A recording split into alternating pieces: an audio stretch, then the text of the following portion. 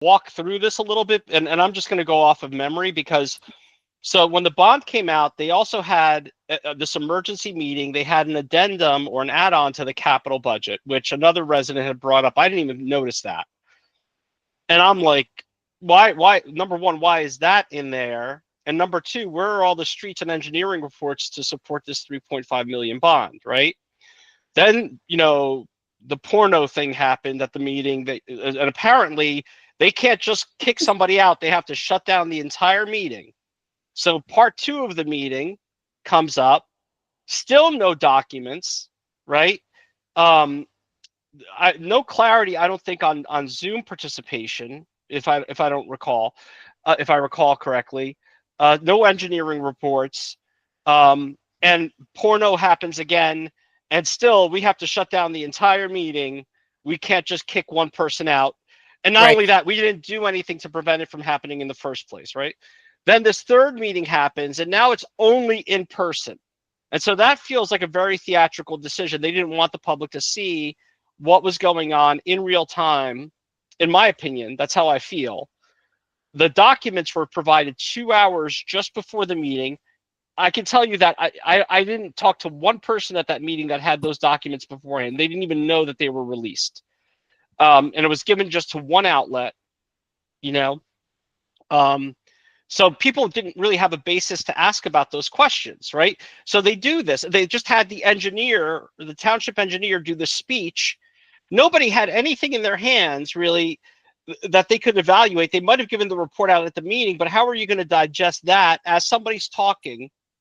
And they kind of laughed or giggled when I said, well, the township's going to be responsible for this if FEMA doesn't come through. Well, guess what? FEMA didn't come through. Not only that, in the bond, there's no mention of any storm, right? So I wonder, they brought up like, well, the state didn't hit the threshold. There's a part of me that wonders, what is it that the state didn't think the FEMA didn't think you hit this threshold?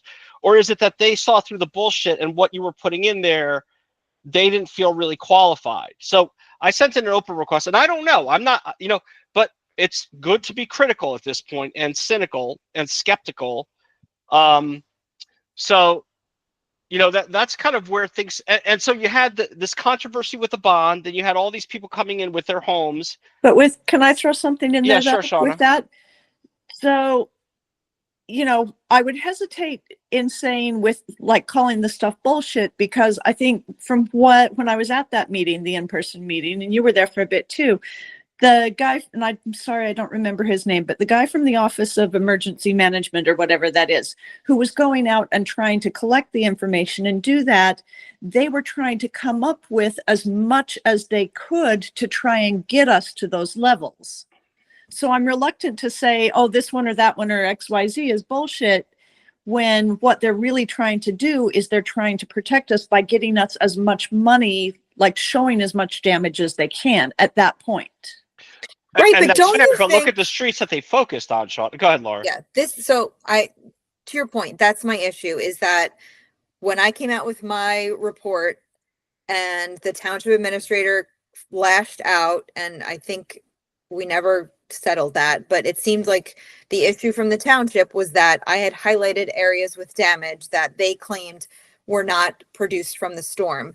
Now, I could tell you the streets that I highlighted were underwater. They are houses, my neighbors, I call my neighbors, they are friends. So that damage, hold on, that damage that you did, a lot of that damage that was not in the bonds was water related that you... So the damage, the driveways and the aprons and the sidewalks and the streets that I highlighted outside of 2 on Park Avenue, which are close to Town Hall, every other, Forest Avenue was completely underwater. Riverbend was completely underwater. Chaucer, Cromwell, completely underwater. So I'm not an engineer. I do not know the measures or the metrics that were used in order to assess the damage from the storm. All I'm saying is I have a knowledge that these streets were underwater. There is visible damage. There is damage in middle of streets. There are things that need to be fixed. My biggest issue with that report is that there was no sense of priority. Why, what needs to be fixed when, or you have so many community members who are now writing emails, asking questions, showing up. Why not create some sort of a survey on the township website where neighbors and residents could have input their home, could have taken pictures, submitted their own damage, and someone could have done that, figuring out what's priority here, or what do we consider top priority, what's middle priority, what's low priority. And that's my biggest issue, is that it feels like so much that's been going on lately is we rip the Band-Aid off because we want, I don't know, will it be used for campaign material? Hey, we approved a $3.5 million bond.